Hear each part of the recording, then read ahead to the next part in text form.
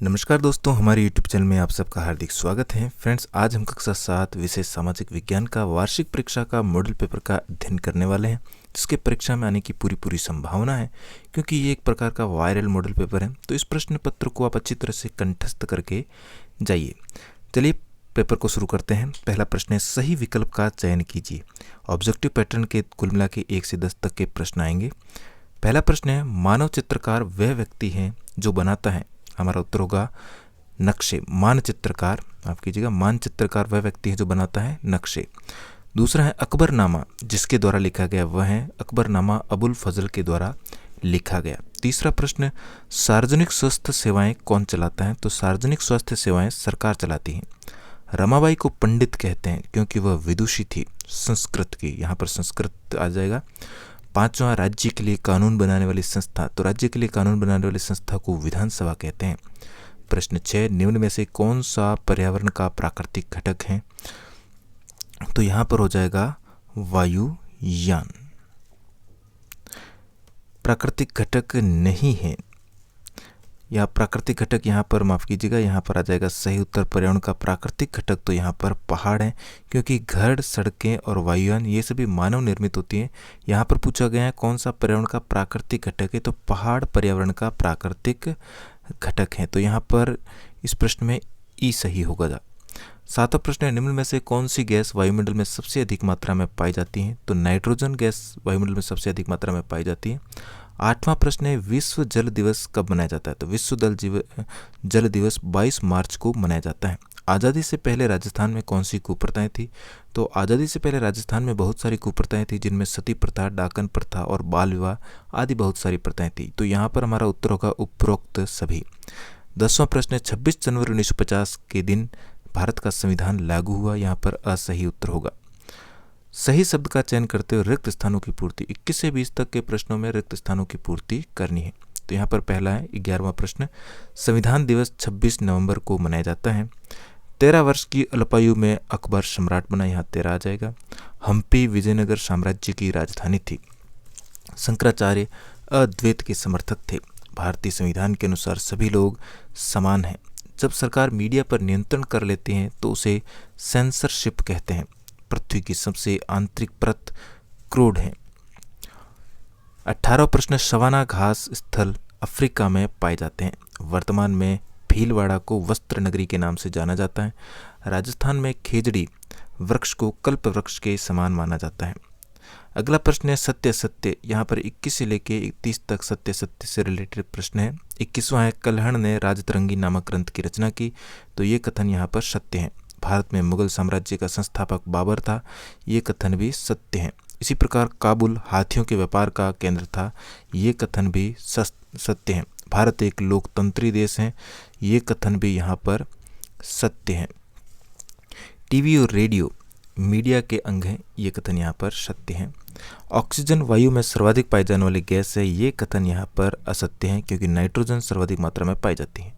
27वां प्रश्न, महासागरों में अधिकांश नमक सोडियम क्लोराइड होता है। ये कथन सत्य है। शंकुधारी वन में कटीली झाड़ियाँ पाई जाती हैं। ये कथन असत्य है। लॉर्ड विलियम बेटिंग ने 1829 में सती प्रथा को गैर कानूनी घोषित किया। यहाँ पर यह कथन सत्य है। इसी प्रकार राजस्थान का राज्य पक्षी गोडावण है। ये कथन भी पूरी तरह से सत्य है। अब यहाँ पर मिलान करने वाले प्रश्न है 31 से लेकर 35 तक।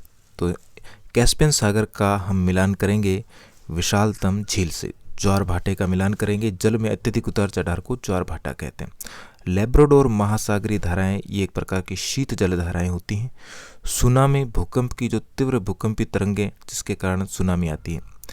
महासागरीय धाराएं निश्चित मार्ग की जल धाराओं को महासागरीय धाराएं कहते हैं। अब है 3 पंक्तियों में देने वाले प्रश्न 36 से लेकर 45 तक।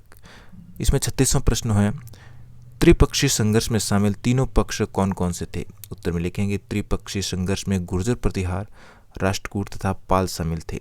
शिखर से आपका क्या तात्पर्य है। तो मंदिर के सबसे ऊपरी भाग को शिखर कहा जाता है।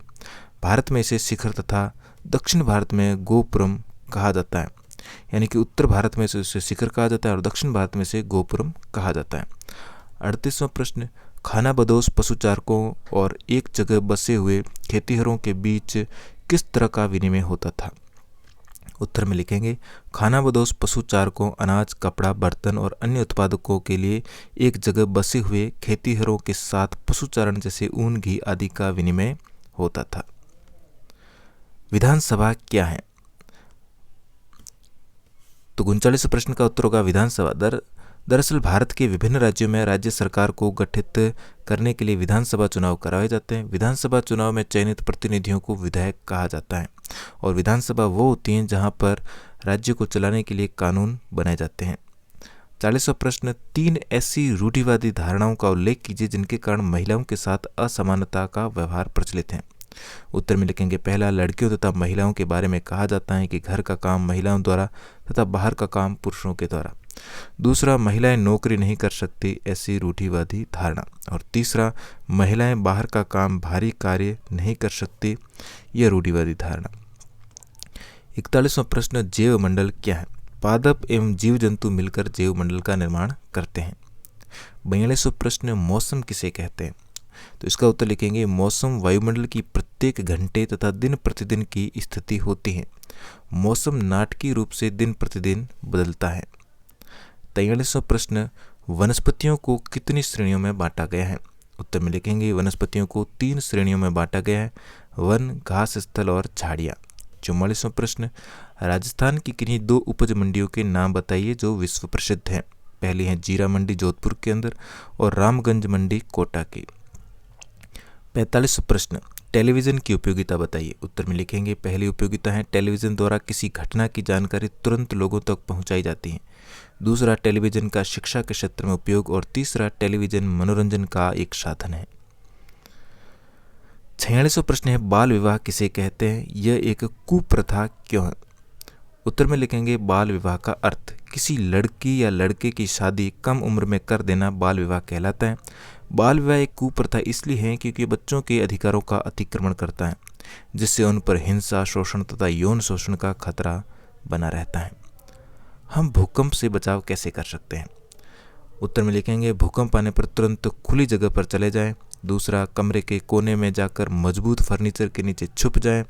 तीसरा, बिजली के खंभों से दूर रहें और चौथा, घर के सारे उपकरण प्लग से निकाल लें। 48वां प्रश्न है निम्नलिखित निम्न स्थानों को अंकित कीजिए। तो यहाँ पर हमें इनका अंकन करना है।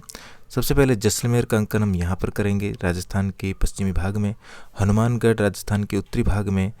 झालावाड़ यहाँ पर राजस्थान के दक्षिण पूर्वी भाग में। और भीलवाड़ा दक्षिणी भाग में ऊपर की तरफ। और उदयपुर नीचे वाले भाग में अंकन करेंगे।